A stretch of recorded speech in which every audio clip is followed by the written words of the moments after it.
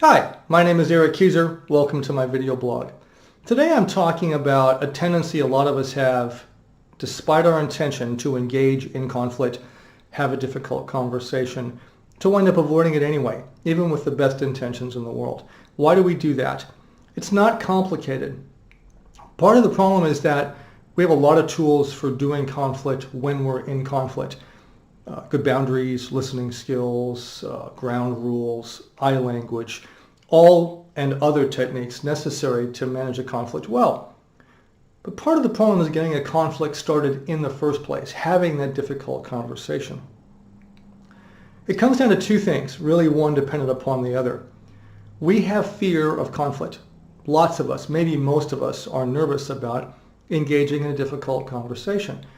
Those fears don't have to be conscious or even well articulated to be present and get in the way of us starting that discussion. Those thoughts are called, by those of us that are with some expertise in anxiety, what if thoughts. What if I piss this other person off? What if I don't manage this difficult conversation well? What if everything goes in the toilet? What if I lose my job? The number of fears is probably close to infinite. But it's not just the thinking. That what if thought is going to trigger the response that we commonly call flight or fight. Flight or fight evolved to protect us from actual danger. But humans also use flight or fight largely unwittingly and unintentionally to respond to perceived threats too. What if I piss somebody off? What if I lose my job, etc.? Those aren't immediate physical dangers. They may be concerns or even serious problems.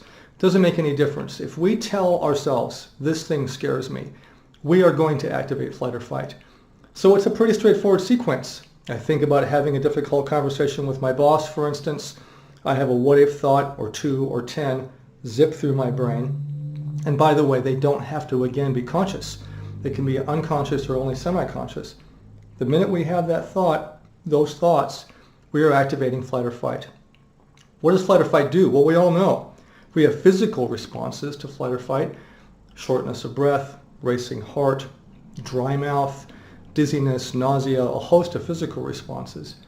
And we also have emotional responses: sadness, fear, anxiety, rage, hurt, guilt, embarrassment, all those and more.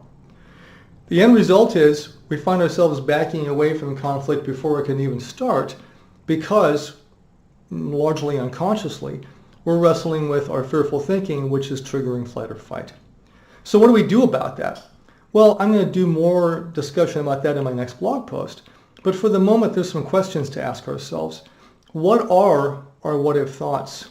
It's amazing how many of us don't really have a quick inventory. But with a little time and some thought, they're going to come clear pretty quickly. What are the flight or fight responses that make us uncomfortable? And I want to make sure this part's really clear. Flight or fight is designed to make us uncomfortable so we take action. The problem is if it's making us uncomfortable and we're stepping away, that's where we get in trouble with this and having a difficult conversation. All right, more about what to do next time. See ya.